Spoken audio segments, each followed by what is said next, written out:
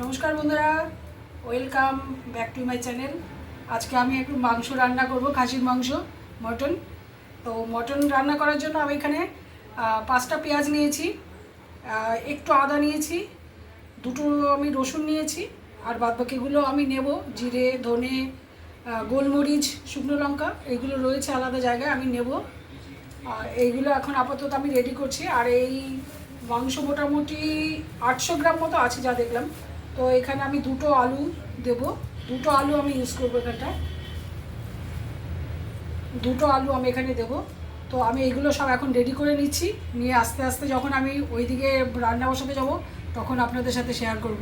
Hi guys, এই যে এটা আমি আর আমার মা রান্নাবান্না করছে, আর যথারীতি আমি তার চামচে।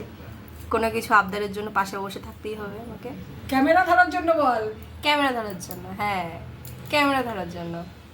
তার ভাও আমাকে আর কিছুই দেওয়া হয়। এডিটিং করা শিখে গেছে, ওরে বাবা, বিশাল ব্যাপার। আলু কাটছে, আলু চলছে কাটা। আজকে আমার ছুটি আছে, পরীক্ষা নিয়ে আজকে আমার, তাই জন্য এখানে বসে বসে আমি যথারীতি মায়ের পিছনে লাগছি। ফাঁকা টাইমে বেশ ভালোই লাগে। আপনারা কারা কারা এরকম করেন বলবেন তো। আমি মাংসটা নিয়ে নিলাম, পেঁয়াজ, আদা, রসুন, ধনে, জিরে, লঙ্কা, গরম মশলা, তেজপাতা, আলু সব গুছিয়ে নিয়ে নিলাম। আদা, রসুন, পেঁয়াজ পেস্ট করে নিয়েছি খাসির মাংস রান্না করার জন্য। আলুটা ভাজা করে নিলাম। সেই ওই কাকুর মতো বলবে একদম।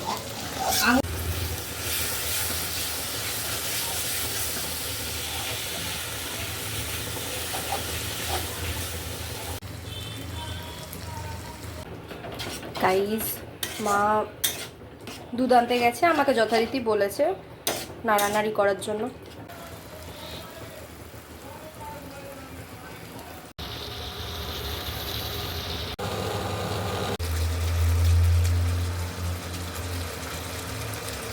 এখানে খাসির মাংসের মধ্যে আমি আলু দিয়েছি, যেহেতু আমি পাতলা ঝোল করব খাসির মাংসের, আলু দিয়ে দিয়েছি।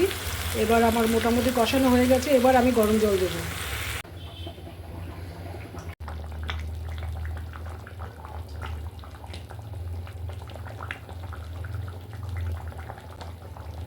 ঢাল যেটা ঢালবো কেন?